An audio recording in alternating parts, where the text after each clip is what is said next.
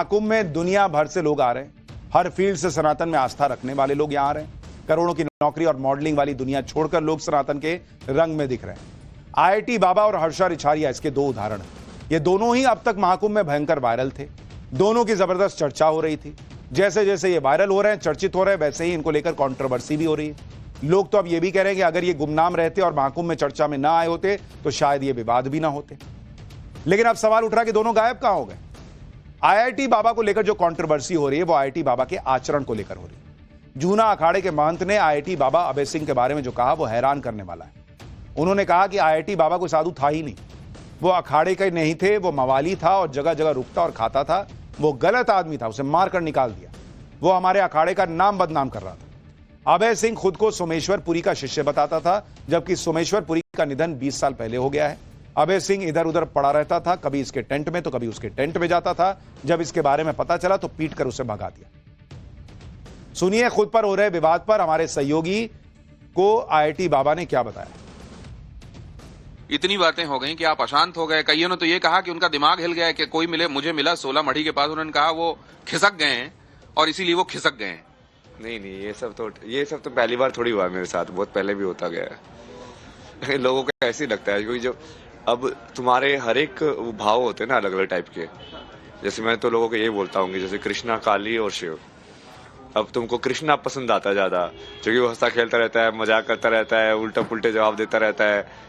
But जब काली आते हैं वो बोलते हैं कि हाँ कुछ बकवास की तो सीधा खत्म। तब तुमको पसंद नहीं आता है वो। जबकि ऊर्जा वो सेम ही वैराग्य से आ रही है। एक वैराग्य में बस वो खेल के हिसाब से देख रहा है उसको कि हाँ इसका कोई मतलब नहीं है, ये खेल है। दूसरे वैराग्य के अंदर वो बोल रहे कि नहीं ये कुछ मतलब नहीं है इस चीज का, तो इसको यदि कुछ खत्म भी कर दिया जाए तो भी कोई मतलब नहीं है। आईआईटी बाबा अभय सिंह को लेकर तरह तरह की चर्चाएं चल रही। कोई इसे अध्यात्म की ताकत बता रहा है, कोई सनातन को प्रणाम कर रहा है। लेकिन इस पूरी कहानी में दो किरदार ऐसे भी हैं जो सबसे ज्यादा परेशान। अभय सिंह के माता पिता बेटे के बात करते करते भावुक हो जाते हैं। एक तरफ अभय सिंह जीवन दर्शन को समझ रहे हैं तो वह उनके पिता चाहते हैं वो किसी भी हाल में घर वापस आ जाए। एक बार आईआईटी बाबा के माता पिता को सुनिए। 34 साल की उम्र है उसकी, आईआईटी वैसे कर रहा है वो, तो उसके ऊपर प्रेशर तो डाल नहीं सकते। और कौन माँ बाप चाहेगा कि भाई आपका बालक जो है वो वैरागी बने, जो एक ही लड़का हो। और तो देखो, क्या आप चाहते हैं कि वो वापस आ जाए फिर से? मैं तो चाहता हूँ कल ही आ जाए। और यदि कोई इस तरह के हालात हो तो मैं कोशिश तो करूंगा उससे मिलने की भी।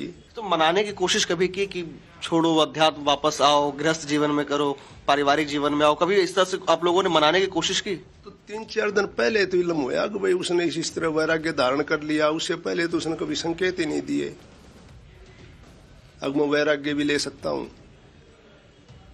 वैसे सर अध्यात्म की तरफ क्या पहले से उनका झुकाव था बचपन से? बचपन से तो नहीं था। कनाडा से आने के बाद मैं नेचुरोपैथी हॉस्पिटल है भिवानी, वहां ले गया था तो मैंने वो डॉक्टर से पूछी थी। आईआईटी बाबा के माता पिता चाहते हैं कि वो घर लौट आए, लेकिन आईआईटी बाबा अपने माता पिता पर दिए बयानों की वजह से भी कंट्रोवर्सी में आ गए। लोग माता पिता को लेकर उनकी सोच पर सवाल उठा रहे हैं। सुनिए अपने माता पिता से अपनी रिलेशनशिप को लेकर आईआईटी बाबा ने क्या बोला है। माँ बाप तो हमारे सनातन में हमेशा ईश्वर का ही रूप माने गए हैं।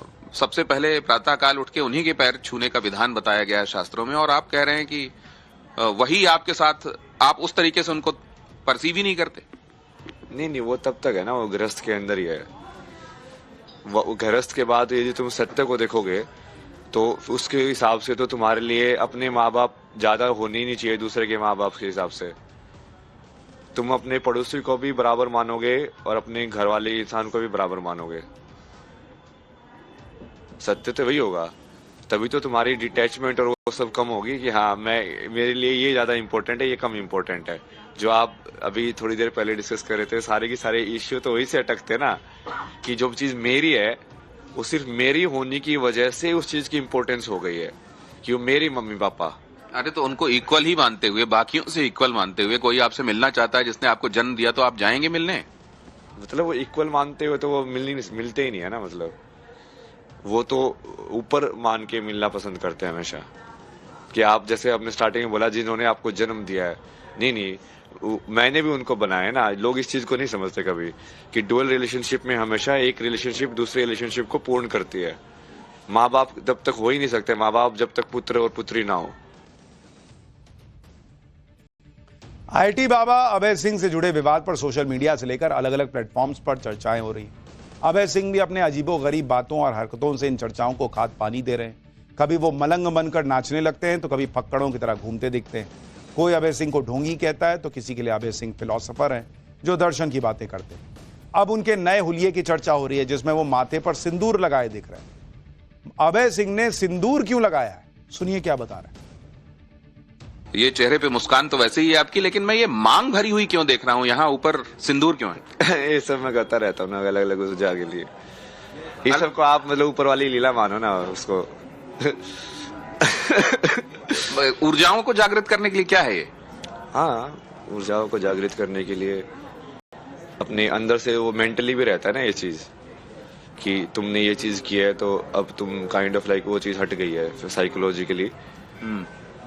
इसलिए मान लो तुमने खुद से शादी कर ली, इनको ऐसे देखो ना, खुद से शादी कर ली मतलब कि अब तुम अपने आप में ही पूर्ण हो गए हो। तुमको कोई और नहीं चाहिए पूर्ण करने के लिए। दोनों का कहना है कि वो अपने जीवन का अर्थ तलाश रहे हैं, अध्यात्म के सहारे अपने प्रश्नों का उत्तर खोज रहे हैं और इसी दौरान महाकुंभ में टॉकिंग पॉइंट बन गए। यह भी कहा जा रहा है कि इन दोनों की वजह से अखाड़ों में लोग परेशान होने लगे थे। दोनों की हरकतों की वजह से बेवजह का विवाद हो रहा है। इसी वजह से दोनों को एक तरह से महाकुंभ से चले जाने के लिए कह दिया गया।